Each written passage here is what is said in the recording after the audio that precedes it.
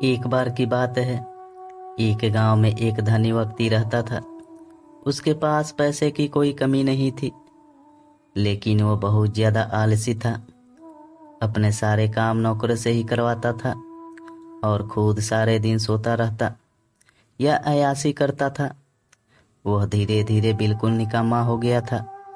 उसे ऐसा लगता जैसे मैं सबका स्वामी हूँ, क्योंकि मेरे पास बहुत धन है, मैं तो कुछ भी खरीद सकता हूँ। यही सोचकर वह दिन रात सोता रहता था। लेकिन कहा जाता है कि बुरी सोच का बुरा नतीजा होता है। बस यही उस व्यक्ति के साथ हुआ। कुछ सालों उसे ऐसा महसूस हुआ जैसे उसका शरीर पहले से शिथिल होता जा रहा है। उसे हाथ पैर हिलाने में भी तकलीफ होने लगी। यह देखकर वह व्यक्ति बहुत परेशान हुआ। उसके पास बहुत पैसा था।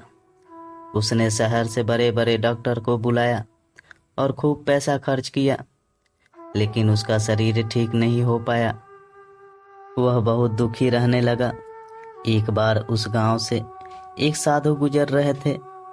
उन्होंने उस व्यक्ति की बीमारी के बारे में सुना, तो उन्होंने सेठ के नौकर से कहा कि वह उसकी बीमारी का इलाज कर सकते हैं। यह सुनकर नौकर सेठ के पास गया और साधु के बारे में सब कुछ बताया।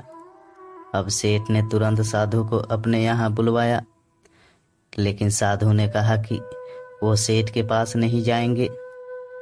अगर सेठ को ठीक होना है तो वह स्वयं यहाँ चलकर आए।